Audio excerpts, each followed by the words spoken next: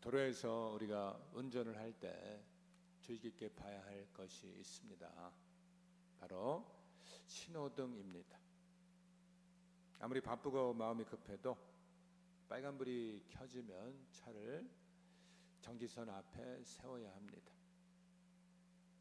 만약 내 갈 길이 바쁘다고 빨간불을 무시하고 그대로 달리면 어떻게 되겠습니까?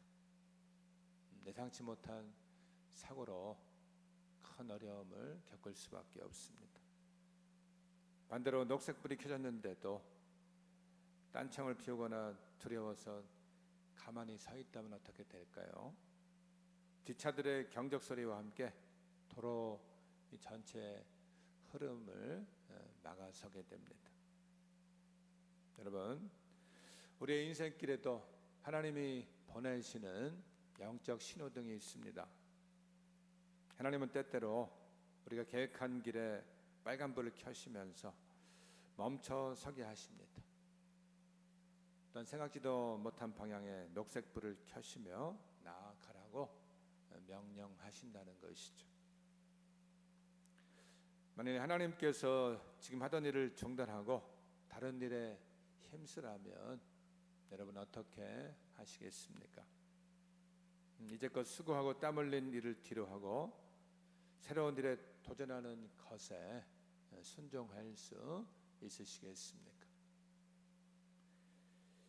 한국계 미국인이자 건축설계 기업 팀하스를 일군 하형록 회장의 이야기입니다. 젊은 시절 명문대를 졸업하고 대형 건축설계 회사에 최연소 이사에 등극하면서 성공 가도를 달리고 있었습니다. 그의 목표는 당대 가장 유명한 건축가가 되는 것이었는데요. 계획한 사업과 프로젝트들은 막힘없이 잘 풀리는 듯 했습니다. 그러던 어느 날 35의 나이에 사업 현장으로 차를 타고 이동하던 중에 갑자기 심장에 이상 증상이 생겨 쓰러지게 되었습니다. 병명은 심장 근육병증. 의사는 당장 모든 일을 그만두지 않으면 생명이 위험하다고 경고했습니다. 그가 모든 일을 정말로 밤낮 가리지 않고 열정을 쏟아부었던 이 사업의 문, 탄탄대로 같았던 그 성공의 길이 순간에 턱 막힌 것이었습니다. 그는 병상에 누워서 하나님 앞에 부르짖었습니다. 하나님, 제가 주님의 영광을 위해서 사업을 펼치려고 하는데 왜 제 갈 길을 막으시고 사업의 문을 닫으십니까? 그는 병상에서 사경을 헤매면서 5년 동안 2번이나 심장 이식 수술을 받는 고난을 겪을 수밖에 없었습니다. 그러나 지독한 이 닫힌 문의 시간 동안에 그는 성공과 야망을 위해서 달려가던 자신의 삶을 회개합니다. 그리고 하나님과의 깊은 영적 교제를 나누는 시간이 되었습니다.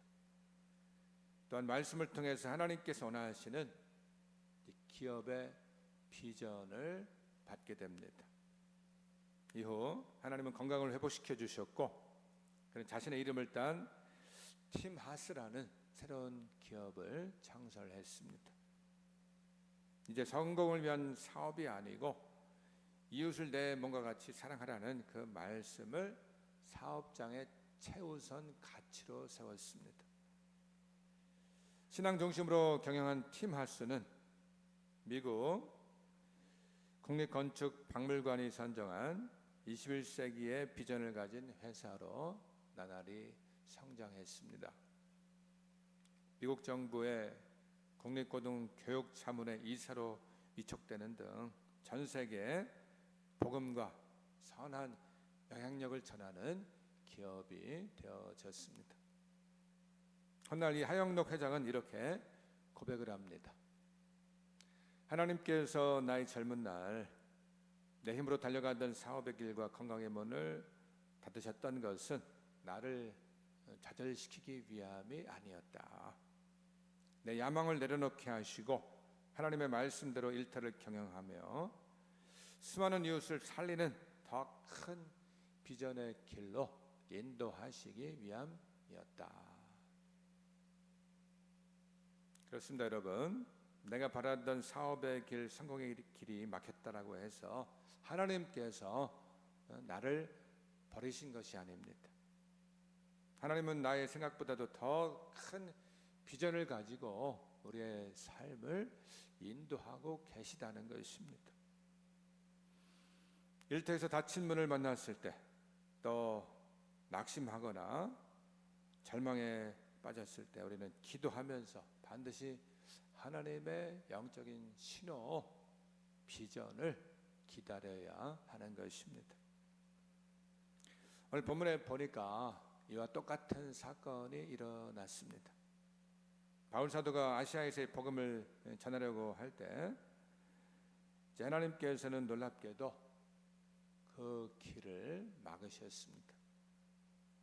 내가 수고하고 땀 흘린 성과가 눈에 보이는 길을 주님께서 여러분 이렇게 멈추라고 하실 때 어떻게 반응을 해야 하는 것이겠습니까?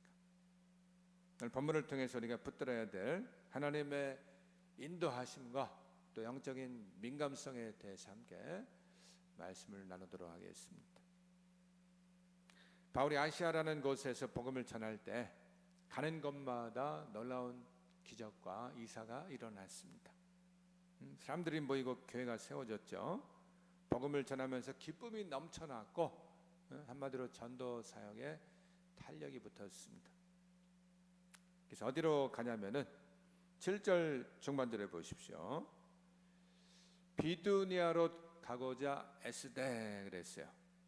비두니아는 이 발달된 상업 도시로서 당시 사람들이 많이 살고 있었습니다. 요즘으로 말하면 이제 신도시가 형성되어서 한참 개발이 되어지는 것입니다.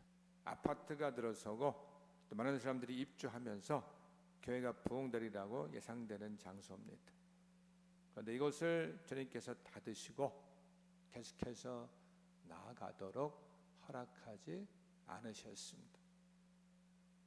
어디로 가게 되냐면은 드로아로 가서 이제 머물게 됩니다. 이곳은 상대적으로 열악한 지역이죠. 비두니아의 발전된 도시에 비하면 한적한 시골 마을이었습니다. 왜 이곳으로 인도하셨는지 바울은 주님의 뜻을 기다렸을 것입니다. 그런데 그 밤에 기도하면서 환상을 보게 되고 주님의 섭리를 발견할 수가 있었습니다. 우리가 여기서 깨닫게 되는 것이 뭐겠습니까? 내가 원하는 길이 아닌 하나님의 인도하심을 따르는 것이 우리 인생의 원리라는 것입니다. 인간의 생각으로는 가야 할 것 같은데 가서는 길은 안 되는 것, 가서는 안 되는 길은 닫으신다는 거예요. 가기 싫어도 가야 하는 길은 주님께서 열어주시는 것입니다. 주님이 보시기에 가야 할 길은 여시고 나중에 가야 되는 길은 닫으신다는 것이죠. 여러분, 가정과 이 자녀들, 삶의 이 현장에서 이것을 우리가 잘 분별하면서 주님의 이끄심을 경험하시기 바랍니다. 잠언 16장 9절에 보십시오. 사람이 마음으로 자기의 길을 계획할지라도 그의 걸음을 인도하시는 이는 여호와시니라 그랬습니다. 우리가 깨어있지 못하면 주님께서 닫으시는데도 나아갈 수가 있죠. 또 주님께서 열어주시는데도 우두커니 머물 수 있는 것입니다. 바울이 하나님의 은혜를 경험한 과정을 통해서 우리가 발견해야 될 내용이 있습니다. 자, 먼저 성령 하나님과 교제하며 영적 민감성을 유지해야 합니다. 바울은 맡은 사역을 대충 감당하는 사역자가 아니었습니다. 맡겨진 일에 사명을 가지고 생명을 다해 충성했습니다. 제가 예전에 그 터키에 갔을 때 이 터키의 소아시아 7교회가 나오지 않습니까? 요한계시록의 7개를 돌아본 일이 있었습니다. 근데 바울이 이곳에 복음을 증거하고 교회들을 세운 것을 보면 놀라움을 금할 수가 없어요. 한 교회에서 다른 교회를 이동하는데도 자그마치 7시간에서 8시간이 걸리죠. 요즘처럼 뭐 도로가 좋고 자동차가 있는 것도 아닌데 어떻게 그 길을 달려갔겠냐는 것이죠. 때로는 사막을 횡단하고 물도 마실 수가 없는 그 고통 속에서 보통 열심이 아니었던 것입니다. 여러분, 내가 교회에서 여러 가지 맡은 사역들이 있죠. 이 사역들을 감당하면서 어떤 마음의 자세를 가지고 감당하고 있으십니까? 우리는 때로 상황에 따라서 여러 핑계와 이유를 삼을지 모릅니다. 그러나 사역자라면은 내게 무엇이 맡겨졌든지 충성을 다해서 사명을 가지고 감당해야 할 것입니다. 바울 일행의 원래 계획은 아시아 지역에 복음을 전하는 것이었습니다. 가는 것마다 기적이 일어났고 또 교회가 세워졌고 전도 사역에 큰 효과가 나타나고 있었습니다. 특히나 6절에서 7절 말씀에 보면은 바울은 비두니아로 가고자 애썼습니다. 이 비두니아는 당대 상업이 아주 발달한 대도시였습니다. 오늘날로 치면은 이제 대규모 아파트가 들어서면서 인구가 유입되는 신도시와도 같았습니다. 이것에 당연히 복음의 효과가 크고 교회가 부흥될 것이라는 생각이 자연스러운 이성이자 효율적인 계산이 아니겠습니까? 그런데 하나님께서 바울이 이곳으로 가려고 할 때 닫으시는 것을 알았다는 것이죠. 6절 전반절에 보세요. 성령이 아시아에서 말씀을 전하지 못하게 하시거늘. 또 7절 후반절에 예수의 영이 허락하지 아니하시는지라. 성경학자들은 이때 아주 바울의 건강이 아주 심히 안 좋았을 것이라고 추정을 하고 있습니다. 끊임없이 기도해도 어려움이 생기고 길이 막히면서 이를 통해서 성령님께서 깨닫게 하시는 것이 있었던 것입니다. 그것은 바로 실패가 아니고 하나님의 새로운 뜻이 있었기 때문이었습니다. 제가 예전에 중국 회교적 선교를 다녀온 적이 있었는데요. 원래 중국에서 공개적인 전도는 불법이고 금지입니다. 한 집에 들어갔는데 이 집안의 곳곳이 상당히 잘 정돈이 잘 돼 있고 너무나도 이제 깨끗했습니다. 복음 증거를 위한 임무를 가지고 침투를 했기 때문에 부담감이 있었습니다. 그런데도 왠지 증거할 마음이 들지를 않았습니다. 아주머니와 이 꼬마를 앞에 두고 이런저런 이야기를 하다가 남편이 혹시나 무슨 일을 하냐고 물어봤습니다. 그랬더니 대뜸 공안이라고 대답을 합니다. 그 순간 그냥 머리털이 쭈삣 서면서 아주 아찔했어요. 잘못하면은 그 자리에서 신고를 당해서 끌려갈 수가 있었던 상황이었습니다. 복음 전도는 실패하고 말았습니다. 다시 이동을 해서 이제 시내 한복판으로 들어갔습니다.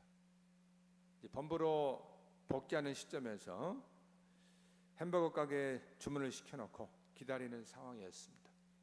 이제 이 복음 전도는 틀렸구나 하고 있는데 옆에 학생들이 둘이 앉아 있었습니다.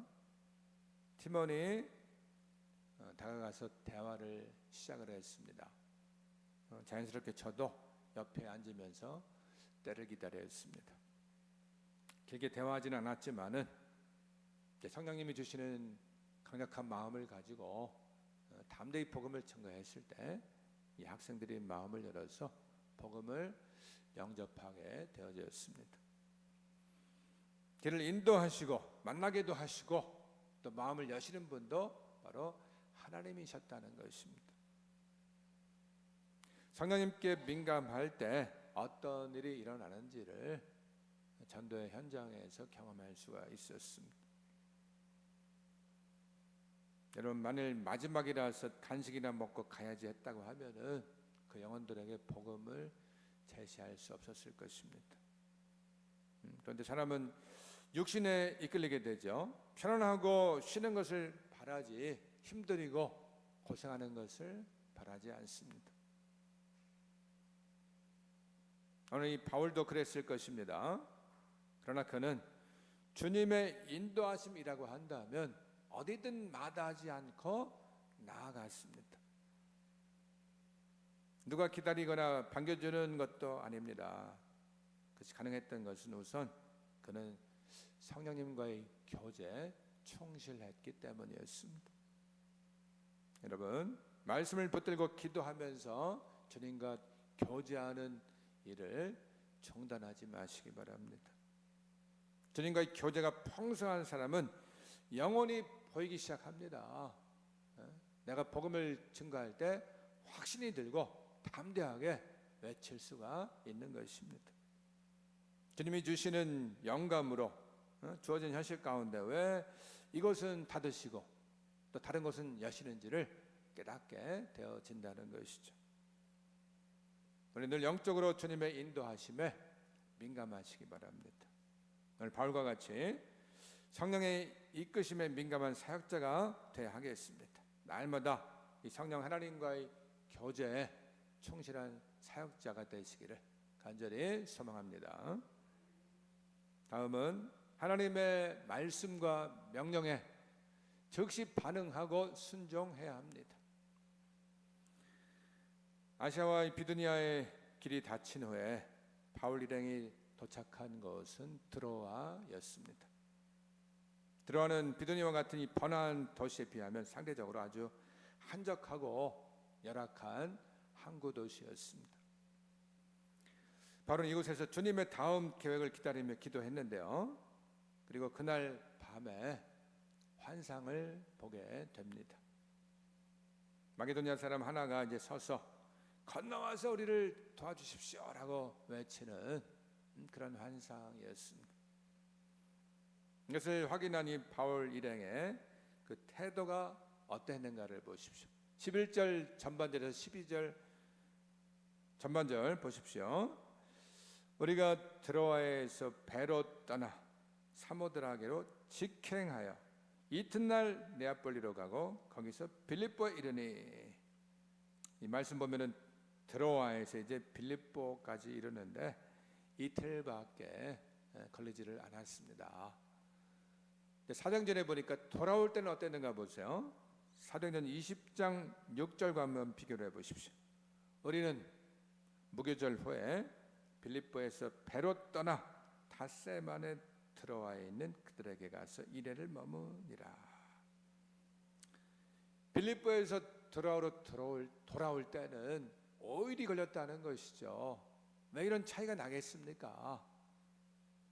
여러분, 당시 배는 요즘처럼 모터가 아니고 돛을 달아서 배로 가는 배였다는 것이죠. 하나님께서 바람의 힘을 강하게 하셔가지고 도와주시니까 이 배가 빨리 도착하게 되어진 것입니다. 그만큼 주님께서 필요할 때는 신속하게 사역을 진행시키시는 것입니다. 그러면 우리는 어떻게 반응해야 되겠습니까? 주께서 말씀하실 때 주저하거나 두려움으로 좌절감에 빠지면 안 되는 것입니다. 여러분, 주님의 뜻을 따라 살겠다고 하지만 도중에 변하는 사람들이 있습니다. 말씀을 따라 살겠다고 약속하지만 나중에 잊어버립니다. 교회 사역을 맡으면서도 하나님 앞에 서약하지만 잘 지키지를 않습니다. 연초에 내가 올해는 이렇게 살아야지 결단해도 한두 달이 지나면 그냥 언제 그랬는지 간과하는 모습이 생기는 것입니다. 왜 그러겠습니까? 마음을 다스리지 못해서 변하기도 하고 의지력이 약하거나 욕심에 이끌려서 정욕으로 행하기 때문입니다. 또한 이기적인 생각이 가득 차서 자신만 생각하고 상황에 떠밀려 가다가 주께서 원하는 모습으로 살아가지 못하는 것이죠.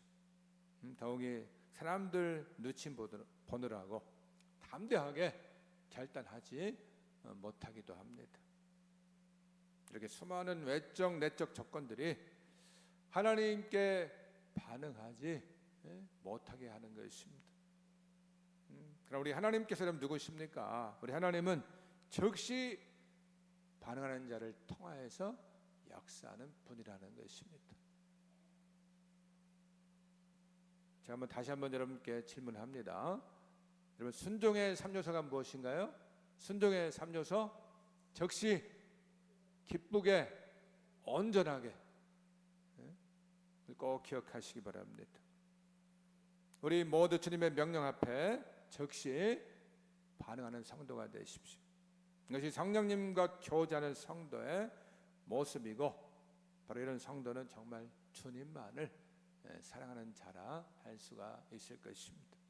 주님, 제게 말씀만 하시옵소서. 제가 즉시로 완벽하게 기쁨으로 순종하겠습니다. 고백하게 되는 것입니다.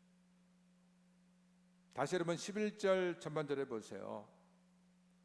우리가 드로아에서 배로 떠나 사모드라게로 직행하여 그랬어요. 제 명령 앞에서 순종하기 위해서 바울은 머뭇거리지 않았습니다.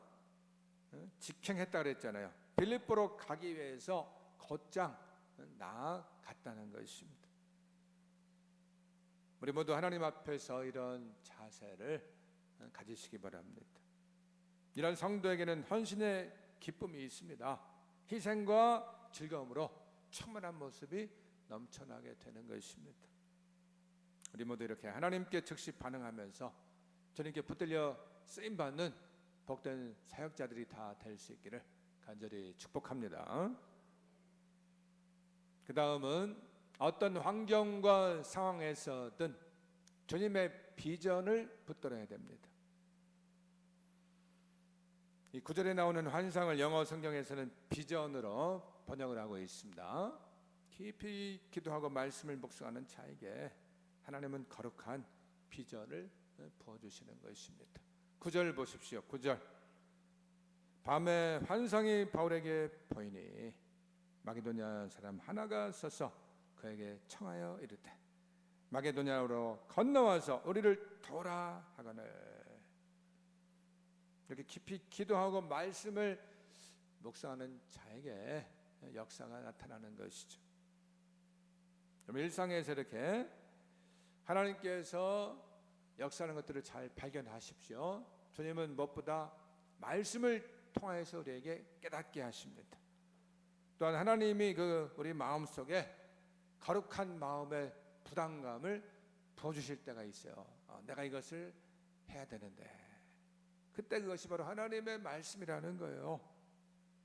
오늘 본문과 같이 꿈이나 환상을 통해서 보여주신다는 것이죠. 이 모든 것들을 우리는 바로 하나님의 비전이라고 부르는 것입니다.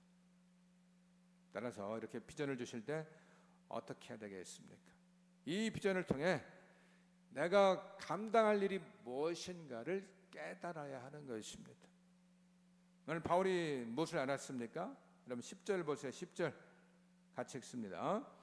바울이 그 환상을 보았을 때 우리가 곧 마게도냐로 떠나기를 힘쓰니 이는 하나님이 저 사람들에게 복음을 전하라고 우리를 부르신 줄로 인정함이로라. 바울은 그렇구나, 하나님께서 이것을 내게 감당하라고 말씀하시는구나, 그것을 알아차렸다는 거예요. 알아차리면서 믿음으로 나아갔다는 것입니다. 여러분 알아차리는 게 중요한 거예요.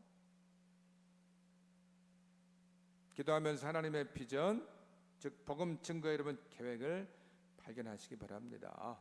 우리의 일상에 한번 적용을 해보십시오. 내 남편과 아내를 향한 계획, 자녀와 사업과 일터를 향한 계획을 발견하라는 것입니다.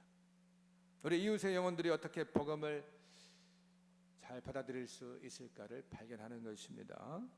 그리고 장차 이루어질 미래를 위해서 나는 무엇을 감당할 것인가를 보아야 하는 것입니다. 여러분, 그 하나님의 비전이 보이면 나를 통해서 우리 가정과 직장 일터에서 귀하게 쓰임을 받게 될 것입니다. 남편과 아내와 자녀들이 구원을 받게 될 것입니다. 우리 이웃이 회복되어질 것이고 교회는 더욱더 건강하게 세워질 것입니다. 바로 오늘 이 환상, 이 비전을 통해서 주님께서 마개 도냐를 통해서 내가 원했던 그 아시아 지역이 아니고 저 유럽으로 문을 여시는구나, 이것을 깨달았습니다.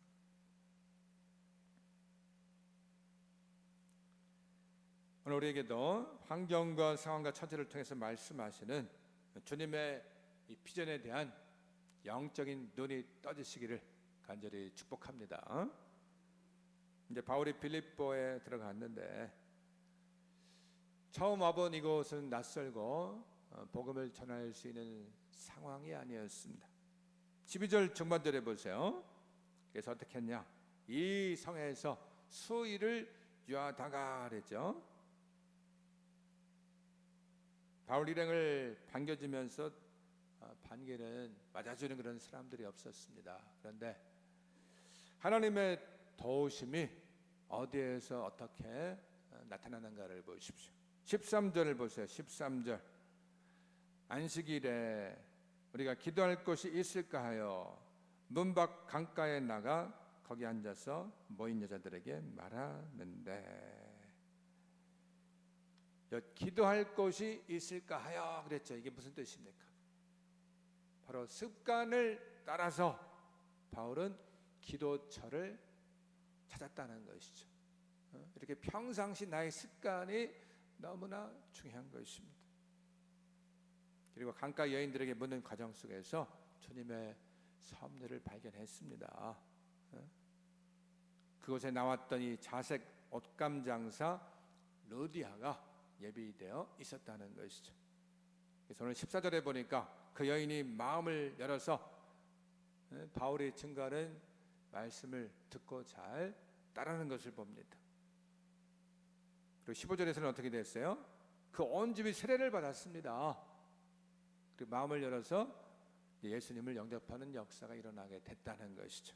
한마디로 마침내 빌립보 성의 교회가 세워지면서 유럽의 최초의 교회가 세워졌다는 것입니다. 여러분, 이것이 우연이 아니라 하나님께서 미리 준비해 놓으시고 응답하신 것입니다.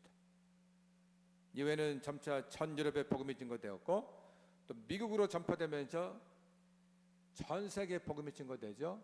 나중에는 이 한국 땅에까지 복음이 들어오게 되어진 것입니다. 여러분, 우리에게도 이 루디아와 같이 예비된 은혜가 있기를 기도하시기를 바랍니다.